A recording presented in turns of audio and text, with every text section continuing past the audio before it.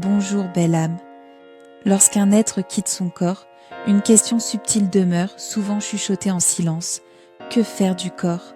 L'enterrer, le brûler, conserver les cendres? Qu'est-ce qui honore véritablement l'âme?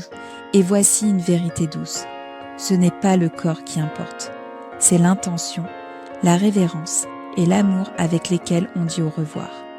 Quand l'âme quitte le corps, elle ne s'y attache plus. Le corps devient un vêtement sacré, porté avec courage et maintenant doucement reposé.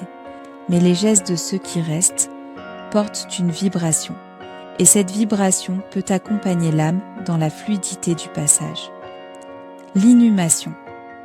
C'est un retour à la terre, un acte de confiance dans le cycle naturel, un espace physique où la mémoire peut s'enraciner.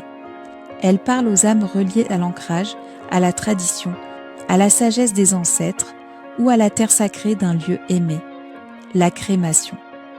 C'est un acte de libération. Le feu transforme, purifie et rend au vent ce qui était matière. Pour certaines traditions, le feu aide l'âme à se détacher plus rapidement, à s'élever sans attente, comme une étincelle rendue au ciel. Et que faire des cendres? Les cendres ne contiennent plus l'âme, mais elles gardent la mémoire vibratoire de l'amour. Voici quelques gestes d'âme à âme. Les répandre là où l'être aimait marcher, les enterrer au pied d'un arbre, pour laisser la vie renaître. En garder une part dans un lieu sacré, ou les transformer en œuvres, en bijoux, en lumière. Ce ne sont pas des règles, ce sont des offrandes. Ce qui compte le plus, ce n'est pas la méthode, mais l'alignement du cœur. Dites au revoir avec gratitude. Faites de ce geste un rituel sacré. Et souvenez-vous, l'âme est déjà en vol. Elle a quitté le temps, le lieu, la forme.